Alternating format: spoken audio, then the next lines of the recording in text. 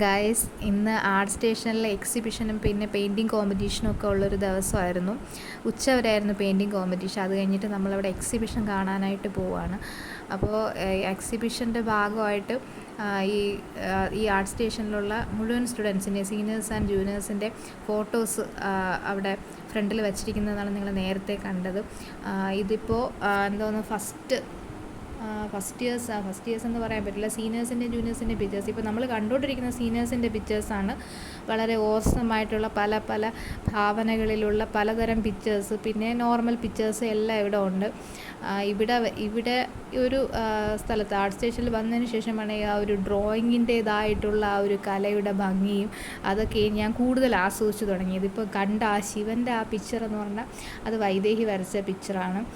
അതുകൂടാതെ വേറെ 2 പിക്ചേഴ്സ് മേലെ ഉണ്ടായിരുന്നു. അങ്ങനെ 2-3 പിക്ചേഴ്സാണ് അവളുടേതായിട്ട് വരച്ചത്. ഇത് വേറൊരു ഭംഗിയുള്ള ഒരു ആർട്ടാണ്. ഇതെനിക്ക് അതിനേക്കാളും ഇഷ്ടപ്പെട്ടെന്ന് ചോദിച്ചാൽ അങ്ങനെ പറയാൻ പറ്റില്ല. രണ്ടും 2 വെറൈറ്റി ഓഫ് ആർട്ടാണ്.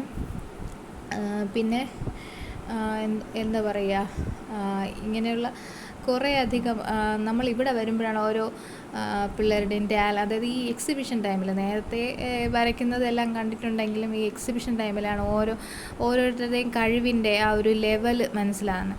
ഇവിടെ നിൽക്കുന്ന 1-2 പിള്ളേരൊക്കെ ഇവിടെ നിൽക്കുന്നുണ്ടായിരുന്നു നമ്മൾ എക്സിബിഷന് വന്ന സമയത്ത്. അപ്പം ഓരോരുത്തരും ഒരു പിക്ചർ വരയ്ക്കാനായിട്ട് എത്ര ടൈം എടുക്കുന്നു, അവരുടെ ആ ഒരു ഓരോരുത്തരുടെയും അവരുടെയൊക്കെ തന്നെ ഫോട്ടോസ് ആ പിക്ചേഴ്സിൻ്റെ താഴെ ഒട്ടിച്ച് വെച്ചിട്ടുണ്ടായിരുന്നു. അപ്പോൾ അതുകൊണ്ട് തന്നെ നമുക്ക് ആരാ വരച്ചിരിക്കുന്നത് എന്നൊക്കെ ഉള്ള ഒരു ധാരണ കണ്ട്, ഏത് പ്രായത്തിലുള്ള കുട്ടിയാണ് വരച്ചിരിക്കുന്നത്. കുഞ്ഞു പിള്ളേരും ഇതിന് പിന്നിൽ. ഇപ്പം നമ്മൾ കണ്ടുകൊണ്ടിരിക്കുന്ന സെക്ഷൻ എന്ന് പറഞ്ഞാൽ കുഞ്ഞു പിള്ളേരുടെ സെക്ഷനാണ്.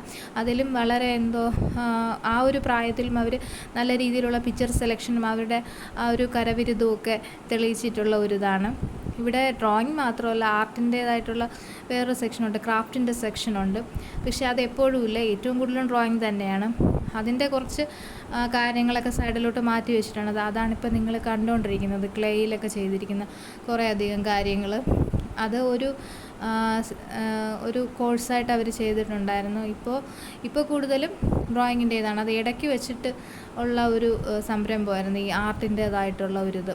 എല്ലാം സെയിം ബിൽഡിങ്ങിൻ്റെ അകത്ത് തന്നെയാണ്. അപ്പോൾ ഓക്കെ, ശരി, ടാറ്റ, ബൈ.